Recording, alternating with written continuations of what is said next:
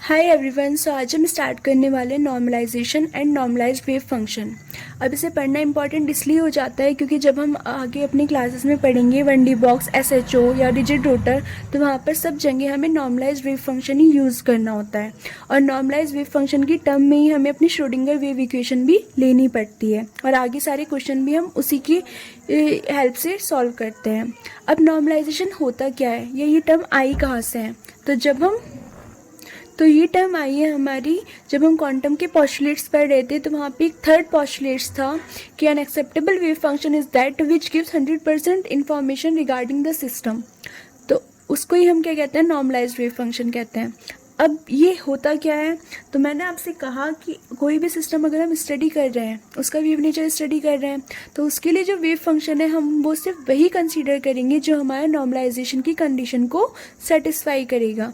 और जो नॉर्मलाइजेशन की कंडीशन को सेटिस्फाई करते हैं उनको ही हम क्या कहते हैं, एक्सेप्टेबल वेव फंक्शन, या फिर उन वेव फंक्शन को हम अपने सिस्टम के लिए कंसीडर कर रहे होते हैं जब हम उसकी स्टडी कर रहे होते हैं या उसके लिए एनर्जी, मोमेंटम, इन सब चीज़ों की वैल्यू निकाल रहे होते हैं। तो पढ़ना स्टार्ट करते हैं। तो नॉर्मलाइजेशन क्या होता है? नॉर्मलाइजेशन की अगर हम डेफिनेशन देखें तो होती है to bring a wave function to its normalize state. मतलब नॉर्मलाइज स्टेट में लाना ही वेव फंक्शन को क्या कहलाता है, नॉर्मलाइजेशन कहलाता है। अब नॉर्मलाइज वेव फंक्शन की कंडीशन क्या थी? नॉर्मलाइजेशन की कंडीशन थी हमारी शाई square d2 is equals to 1 और लिमिट थी हमारी यहाँ पे -इन्फिनेटिव टू +इन्फिनेटिव।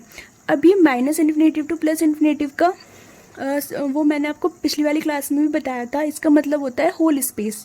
अगर हम 0 से L लेंथ का कोई बॉक्स कंसीडर कर रहे हैं, हमने कोई बॉक्स लिया, उसकी लेंथ कितनी है, 0 से L के बीच में है, तो यहाँ पर हम अगर लिमिट रखेंगे तो -इन्फिनेटिव टू +इन्फिनेटिव नहीं होगी, वो लिमिट हो जाएगी हमारी 0 से L। ठीक है। इसी तरीके से अगर हम कोई बॉक्स ले रहे हैं 0 से 2 पाई, ठीक है, कोई सिस्टम कंसीडर कर रहे हैं, तो उसकी लिमिट है हमारे 0 से 2 पाई। तो यहाँ पर हम -इन्फिनेटिव टू +इन्फिनेटिव की जगह पुट करेंगे 0 से 2 पाई। ठीक है। तो यहाँ -इन्फिनेटिव टू +इन्फिनेटिव हमें बताता है कि जो सिस्टम हम कंसीडर कर रहे हैं उसका हमें पूरा स्पेस कंसीडर करना है, होल स्पेस। ठीक है। दूसरा इसकी टर्म क्या हो जाती है, एक तो यही कंडीशन है। इसी को हम कैसे लिख सकते हैं, इसको हम ऐसे भी लिख सकते हैं -infinitive to +infinitive psi star psi d2 is equals to 1 where psi star is the complex conjugate of wave function and psi is the wave function। d2 क्या था हमारा वॉल्यूम एलिमेंट। अब psi तो हमारा वेव फंक्शन हो गया, psi star को कहा मैंने complex conjugate of wave function. अब ये कॉम्प्लेक्स कॉन्जुगेट क्या होता है, देखो, अगर मान लो हम बात कर लेते हैं यहाँ पे, जैसे मेरा जो सिस्टम है, मान लो मैंने फंक्शन लिया है e⁻im⁵। ठीक है। तो यहाँ पर आई क्या है, आई हमारा इमेजिनरी वाला पार्ट है। तो अगर हम इस तरीके के फंक्शन का कॉम्प्लेक्स लिखेंगे, कॉन्जुगेट लिखेंगे, तो क्या हो जाएगा, -i⁻m⁵।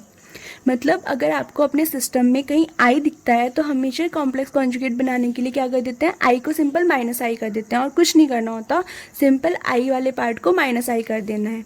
लेकिन अगर हमारे वेव फंक्शन में आई है ही नहीं तो हम क्या करेंगे, तो हम सिंपल जो हमारा वेव फंक्शन है वही हम उसका कॉम्प्लेक्स कॉन्जुगेट भी लिख लेंगे। कैसे, देखो, मान लो मैं यहीं कहीं लिख देती हूँ, जैसे शाई है मेरा sin n⁻x/L। ठीक है। तो यहाँ पे तो कहीं कोई आई वाला पार्ट नहीं दिख रहा, तो शाई स्टार भी मेरा क्या हो जाएगा, sin n⁻x/L ही ले लेंगे हम, कोई चेंज नहीं होगा। ठीक है। अब ये सब तो हो गया, ये तो हो गई हमारी नॉर्मलाइजेशन की कंडीशन। अभी आई कहाँ से है, तो ये भी मैंने आपको पिछली वाली क्लास में बता दिया था कि ये क्या होती है हमारी, ये होती है हमारी प्रोबेबिलिटी। और प्रोबेबिलिटी 1 आने का मतलब क्या है कि हमारा जो पार्टिकल या इलेक्ट्रॉन्स है या जिसकी भी हम स्टडी कर रहे हैं वो हमारे उसी सिस्टम के अंदर प्रेजेंट है। जैसे ये वाला मेरा बॉक्स था 0 से L लेंथ वाला, अगर मैं मान रही हूँ कि मेरा कोई इलेक्ट्रॉन्स है इस बॉक्स के अंदर प्रेजेंट है, तो इसकी प्रोबेबिलिटी यहाँ होने की क्या होगा, इसकी प्रोबेबिलिटी होगी 1 इस पूरे स्पेस में। ठीक है। और अगर परसेंटेज की टर्म में बात करेंगे तो प्रोबेबिलिटी क्या हो जाएगी, 100%। ठीक है। इस पूरे स्पेस में प्रोबेबिलिटी 1 है, तभी तो इसीलिए हमारी नॉर्मलाइजेशन की कंडीशन क्या है, शाई square d2 is equals to 1, क्योंकि अगर हम इस पूरे सिस्टम को कंसीडर कर रहे हैं तो हमारी प्रोबेबिलिटी क्या आएगी, 1 आएगी। और जो हमें ये सारी बातें बताएगा वही क्या होगा, हमारा एक्सेप्टेबल वेव फंक्शन या फिर नॉर्मलाइज वेव फंक्शन होगा। ठीक है। अब मैंने यहाँ पे एक डेफिनेशन लिख भी रखी है नॉर्मलाइज वेव फंक्शन की। क्या होती है? An acceptable wave function which gives 100% information regarding the system is called normalize wave function. मतलब कोई ऐसा वेव फंक्शन वो एक्सेप्टेबल होगा जो भी हम सिस्टम कंसीडर कर रहे हैं उसके बारे में 100% इंफॉर्मेशन हमें देगा। उसी को ही हम क्या कह रहे हैं? Normalized wave function. ठीक है, यहाँ तक तो बातें सब क्लियर हो गई हैं। लेकिन अगर मान लो मेरे पास कोई वेव फंक्शन है, ठीक है, और वो नॉर्मलाइज नहीं है, तो हमें उसे क्या करना पड़ेगा? नॉर्मलाइज बनाना पड़ेगा। तो हम उसे नॉर्मलाइज कैसे बनाएंगे? तो यही हमारे पास एक क्वेश्चन लिखा है, how to normalize a wave function, कि किसी वेव फंक्शन को नॉर्मलाइज कैसे कर सकते हैं। किसी भी अननॉर्मलाइज वेव फंक्शन को नॉर्मलाइज स्टेट में लाने के लिए हम एक कांस्टेंट से मल्टीप्लाई करते हैं और उस कांस्टेंट को हम कहते हैं नॉर्मलाइजेशन कांस्टेंट। तो हम क्या करेंगे? Multiply the wave function with some constant called normalization constant. अब हमारी इक्वेशन क्या आती है? शाई star psi d2 is equals to 1। ठीक है ना, यही थी हमारी नॉर्मलाइजेशन की कंडीशन। अब हमें क्या करना है? यहाँ पे हमारे पास दो फंक्शन है, एक तो वेव फंक्शन और एक वेव फंक्शन का कॉम्प्लेक्स कॉन्जुगेट।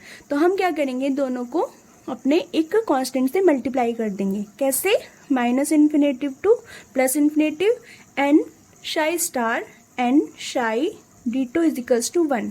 d2 क्या होता है? हमारा वॉल्यूम एलिमेंट। वॉल्यूम एलिमेंट का मतलब, जैसे अगर मैं 1D बॉक्स ले रही हूँ तो यहाँ पे dx हो जाएगा, अगर 2D बॉक्स ले रही हूँ तो dx dy, अगर 3D बॉक्स ले रहे हैं तो dx dy dz। ठीक है, तो ये होता है हमारा वॉल्यूम एलिमेंट। इसकी भी आगे हम बात कर लेंगे कि हम किस किस केस में कौन कौन सा वॉल्यूम एलिमेंट लेते हैं।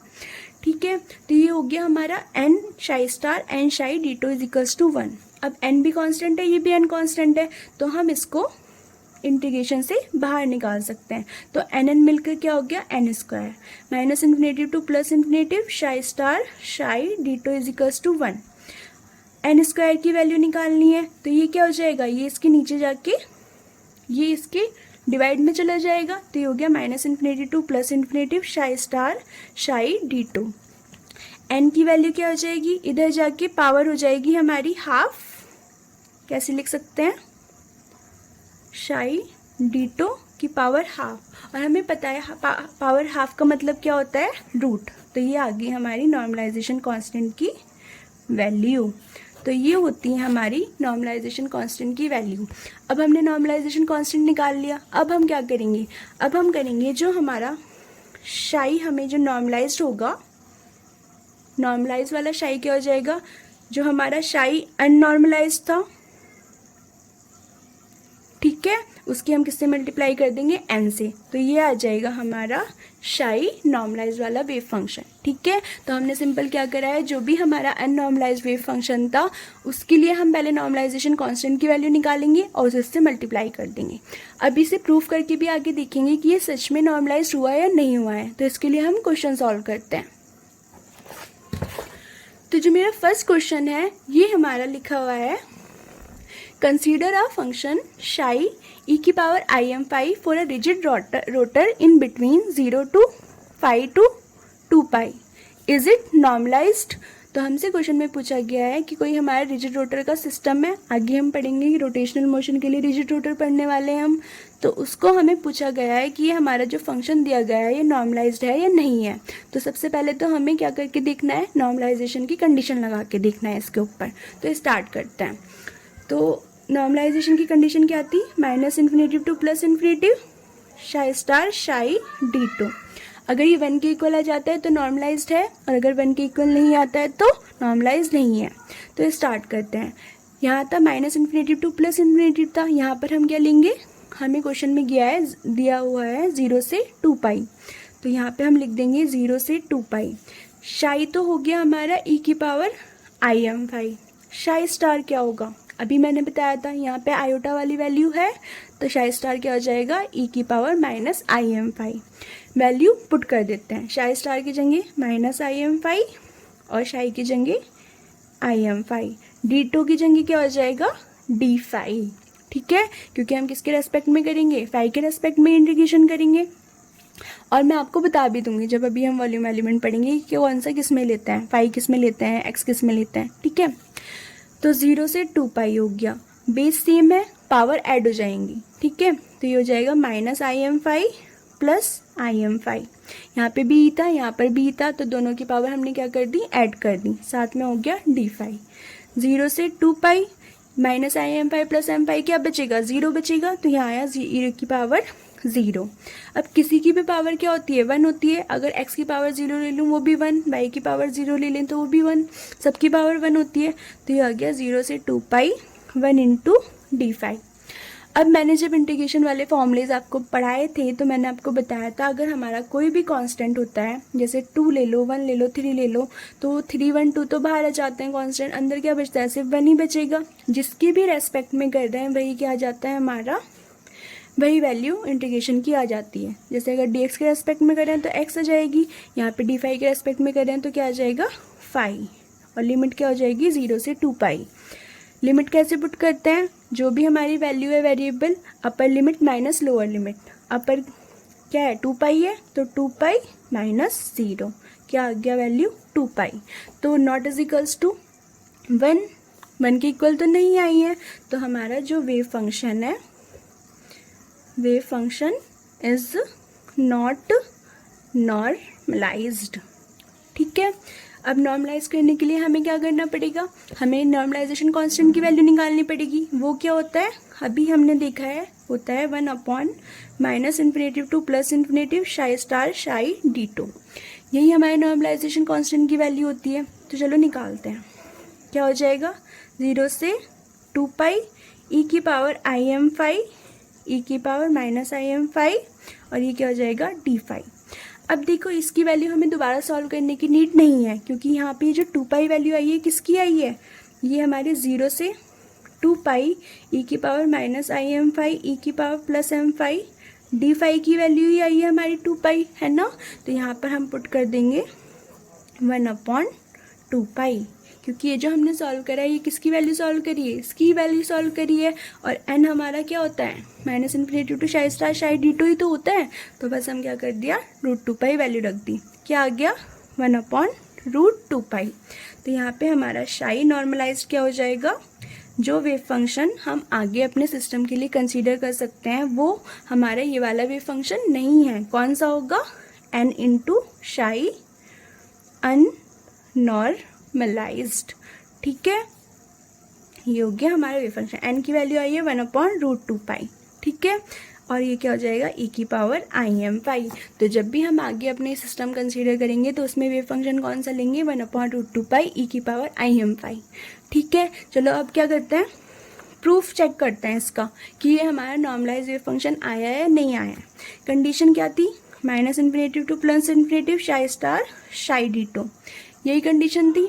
चलो लिखते हैं, तो माइनस इन्फिनेटिव प्लस इन्फिनेटिव की जगह 2 पाई आ जाएगा, शाई स्टार की जगह 1 अपॉन √2 पाई, क्योंकि वेव फंक्शन तो हमारे ये हो गया है ना e की पावर माइनस एम 5। साथ में शाई क्या होगा 1 अपॉन √2 पाई e की पावर आई एम 5 और d5। 1 अपॉन √2 पाई 1 अपॉन √2 पाई कॉन्स्टेंट है, बाहर निकाल दो, क्या हो जाएगा 1 अपॉन 2 पाई, √2 इंटू √2 2 और √पाई पाई हो जाएगा। अंदर क्या बचेगा 2 पाई e की पावर माइनस एम 5 e की पावर आई एम 5 d5, यही बचेगा। फिर सॉल्व करते हैं, 1 अपॉन 2 पाई 0 से लेके 2 पाई e की power minus I M 5 plus I M 5, दोनों की बेस सेम है, वैल्यू क्या हो जाएगी, ऐड हो जाएंगी। आगे करना सॉल्व स्टार्ट करते हैं, तो ये होगा हमारा 0 से 2 पाई वैल्यू थी, 1 अपॉन 2 पाई बाहर था हमारा, और ये आ जाएगी 0 minus I M 5 plus I M 5 था, और साथ में d5 था। माइनस आई एम 5 प्लस एम 5 कैंसिल हो गया, अंदर क्या बचा 0 से 2 पाई e की पावर 0 d5, 1 अपॉन 2 पाई 0 से 2 पाई e की पावर 0 फिर 1 हो जाएगा d5, 1 अपॉन 2 पाई, ये क्या बचेगी d5 के रेस्पेक्ट में क्या हो जाएगा 5 हो जाएगा, 0 से 2 पाई। लिमिट पुट करते हैं, क्या होगा अपर लिमिट माइनस लोअर लिमिट, तो 2 पाई अपॉन 2 पाई क्या आ गया 1 आ गया। और अगर हमारा नॉर्मलाइजेशन कंडीशन अप्लाई करने के बाद 1 आ जाता है तो हमारा सिस्टम कैसा हो जाता है, नॉर्मलाइज्ड, मतलब जो हमने नॉर्मलाइजेशन कांस्टेंट निकाला है बिल्कुल सही निकाला है। ठीक है।